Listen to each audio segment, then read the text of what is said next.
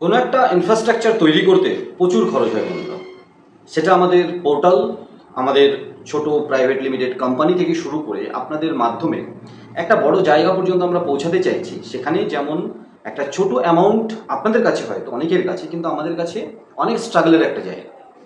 সরকারের কাছে নিজস্ব কোনো পয়সা নেই, আপনার আমার পয়সা দিয়ে সরকারের কাছে প্রচুর পয়সা আছে আমাদেরকে সার্ভিস সাপোর্ট দেওয়ার জন্য, আমাদেরকে সেবা দেওয়ার জন্য, বা আমাদের জন্য ইনফ্রাস্ট্রাকচার তৈরি করার জন্য।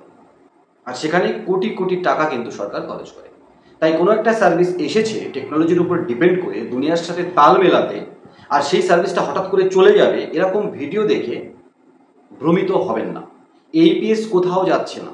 এইপিএসকে আরও সুরক্ষিত করতে অ্যাজ এ এইপিএস সিএসপি ওনার আপনার জন্য, কাস্টমারের জন্য, ফ্রড এজেন্টদের ধরতে, ফ্রড কাস্টমারদের ধরতে, ফ্রডকে সমূলে নির্মূল করতে সরকার, ব্যাংক, এনপিসিআই, আরবিআই, আপনি, যে সমস্ত কোম্পানি আছে, এখন আমাদেরও তার মধ্যে রয়েছে, ফ্রেন্ডস অফ ডিজনেক্স সলিউশন প্রাইভেট লিমিটেড, আমরাও রয়েছি।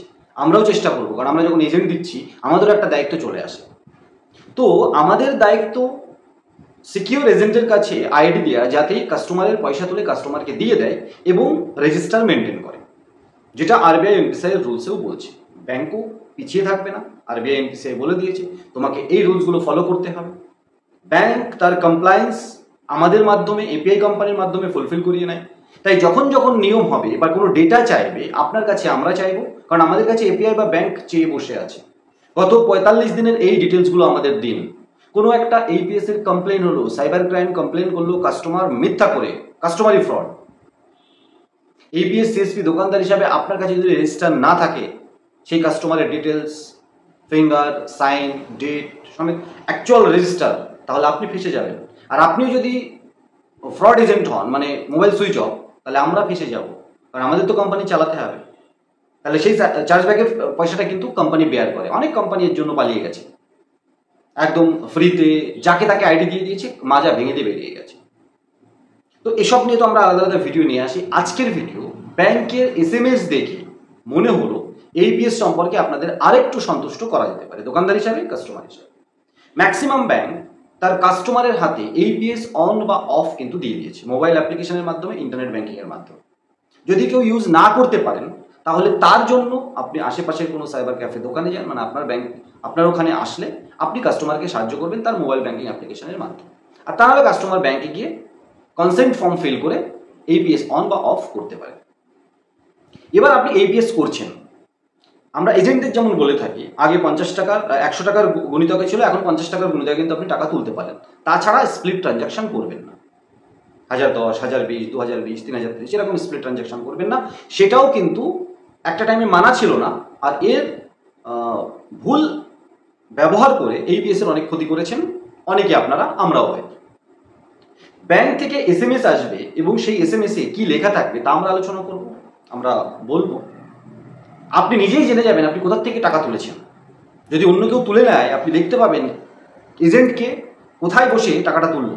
আপনি ব্যাংকে কমপ্লেন করতে পারবেন, ওই মেসেজটা নিয়ে গেলেও ব্যাংক কমপ্লেন নিতে পারবে, অনলাইনে কমপ্লেন করতে পারবেন, সেখানে রিটার্ন দরকার আছে না। আপনার ব্যাংকের স্টেটমেন্টে দেখা যাবে মেসেজ যখন চলে আসছে আরআরএন নাম্বারের সাথে। কাস্টমারের জন্য আরেকটা সূচনা আমরা দিয়ে রাখি, একই অ্যামাউন্টের ট্রানজাকশন বারবার আপনিও করবেন না। একই অ্যামাউন্টের ট্রানজাকশন যদি আপনি বারবার করেন, এইপিএস থেকে উইথড্রল করেন, অটো মোডে আপনার এইপিএস বন্ধ হয়ে যেতে পারে। আবার ব্যাংকে গিয়ে বা মোবাইল অ্যাপ্লিকেশনে গিয়ে ওটিপির মাধ্যমে, ভেরিফিকেশনের মাধ্যমে আপনার এইপিএস অন করাতে হবে।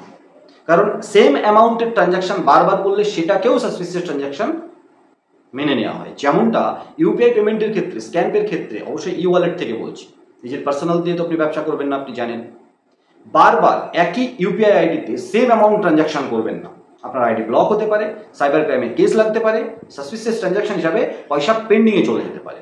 সাবধানে থাকতে হবে, ব্যবসা করতে হলে সাবধানে থাকতে হবে। ইউর ক্যাশ উইথড্রল ট্রানজাকশন, ব্যাংকের থেকে মেসেজ আসছে, account number is successful, RRN number 512, 513 দিয়ে একটা সুন্দর শুরু হবে, BC location, city name, business করেসপন্ডেন্টের নাম, লোকেশন, জেলা পর্যন্ত দিয়ে দেবে, হেল্পলাইন নাম্বারও প্রত্যেক ব্যাংক তাদের নিজস্ব দিয়ে দিচ্ছে। তাহলে ইনফ্রাস্ট্রাকচার বানিয়েছে, সেখানে ব্যাংককে আরবিআই এসএমএসটা পাঠাতে বাধ্য করছে, একটা এসএমএস এর খরচ হয় না। আপনি ব্যালেন্স এনকোয়ারি করেন, আপনি মিনি স্টেটমেন্ট, আপনি ক্যাশ উইথড্রল যাই করেন না কেন, ব্যাংক একটা মেসেজ কিন্তু আপনার কাছে পাঠাচ্ছে। তার মানে ধরেই নেওয়া যেতে পারে ইন ফিউচারে কমিশন সরকার যদি সাবসিডি না বাড়ায় তাহলে কিন্তু কাস্টমারের উপর থেকে এই চার্জগুলো নেওয়া হবে। আর এসএমএস চার্জ তো অটোমেটিক্যালি নেওয়া হয়, সেটাও খানিকটা বেড়েছে। আগে 10-11 টাকা হয়ে যাবে, 15-20 টাকা হয়ে গেছে। তার মানে এসএমএস আলটিমেটলি সুরক্ষিত রাখার জন্য কাস্টমারকে, এজেন্টদের, আর কোন এজেন্ট টাকাটা তুললো, ব্যাংক কিন্তু ইনিশিয়েটিভ নিয়েছে। আর এটা আমাদের জন্য পজিটিভ, আপনার জন্য পজিটিভ। এইবিএস কোথাও যাচ্ছে না, ইউপিআই আরও বাড়বে, এইবিএস আরও বাড়বে। ডিজিটাল হতেই হবে, কাস্টমার হবে, ব্যাংক হবে, দেশ হবে, আপনাকেও হতে হবে। আপনি ভয় পেয়ে বা ছোটোখাটো ভুল, নিজের ব্যাংক অ্যাকাউন্ট দিয়ে ড্রিমটি মানি ট্রান্সফার, স্ক্যান পে করা, পয়সা নেওয়া, দেখুন নিজের পার্সোনাল কিউআর কোডে পয়সা নিয়ে কেস তো খাবেনই না।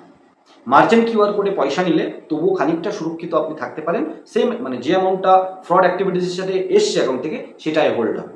যদিও রিসেন্টলি শোনা যাচ্ছে 200 টাকার পেমেন্ট নেওয়ার জন্য কোনো একটা বড় মানে মার্চেন্টকে 3 কোটি টাকা অবস্থায় ব্যাংক অ্যাকাউন্ট ব্লক করে দিয়েছে। যদিও পরে খুলেছে, কোর্টের মাধ্যমে খুলেছে। তাহলে আপনি কতটা, আমি বলবো খানিকটা মূর্খ ডিপার্টমেন্ট, সাইবার ক্রাইম ডিপার্টমেন্ট অন্য জায়গার থেকে কেস করছে, আর এত বড় গ্যাস পেট্রোল পাম্প মালিক, পেট্রোল পাম্প, সেখানে তো আলাদা আলাদা কাস্টমার আসবে, এইটুকু বোধ বুদ্ধি বা ফিল্টার লাগাবে না সাইবার ক্রাইম ডিপার্টমেন্ট, পুলিশ বা যারা কেসটা মেনটেন করছে, যে 3 কোটি টাকা রয়েছে অ্যাকাউন্ট ফ্রিজ করে দেবে?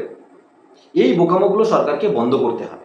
কারণ যে ফ্রড, তাকে ধরার জন্য সাধারণ মানুষকে, যে ভালোভাবে ব্যবসা করছে, যখন অ্যাকাউন্টটার সামনে এসেছে একটা পেট্রোল পাম্প এতদিন ধরে ব্যবসা করছে, তার অ্যাকাউন্ট মানে কিভাবে ব্লক করতে পারে, ফ্রিজ করতে পারে, আমার সেই যে অফিসার করেছে তার মানে যোগ্যতা নিয়ে সন্দেহ হচ্ছে।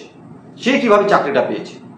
সে একটা তাকে ইনফর্ম করবে না যে আপনার এখানে এই কমপ্লেন হয়েছে? তাহলে পেট্রোল পাম্প তো যে কেউ টাকা নিতে আসে, মানে তেল নিতে আসে, টাকা দিয়ে যাবে। সে কি সিবিআই নাকি? সে কাস্টমারকে স্ক্যান করবে? ও কাজ তো আপনাদের, তাই বলে ব্যাংক অ্যাকাউন্ট ফ্রিজ করে দেবেন? এইগুলো বন্ধ হওয়ার দরকার আছে এবিএসের ক্ষেত্রেও ঠিক তাই। খানিকটা সাবধান আপনাকে হতে হবে, খানিকটা আমরা চেষ্টা করছি, খানিকটা সরকার, ব্যাংক, সাইবার ক্রাইম ডিপার্টমেন্ট আপনাকে, কাস্টমারকে সুরক্ষা দেওয়ার সাথে সাথে অ্যাকচুয়াল যারা দোষী তাদের ধরার চেষ্টা করুন। আশা করি এই ছোট্ট ভিডিওটার মাধ্যমে এইবিএস সম্পর্কে আপনারা আরেকটু পজিটিভ হলেন। এবং নতুন একটা ভিডিও নিয়ে আবার খুব তাড়াতাড়ি আসবো, এরকমই কোনো একটা ইনফরমেটিভ টপিক নিয়ে। ততক্ষণ সবাই ভালো থাকুন, সুস্থ থাকুন, আর আমাদের সাথে থাকুন।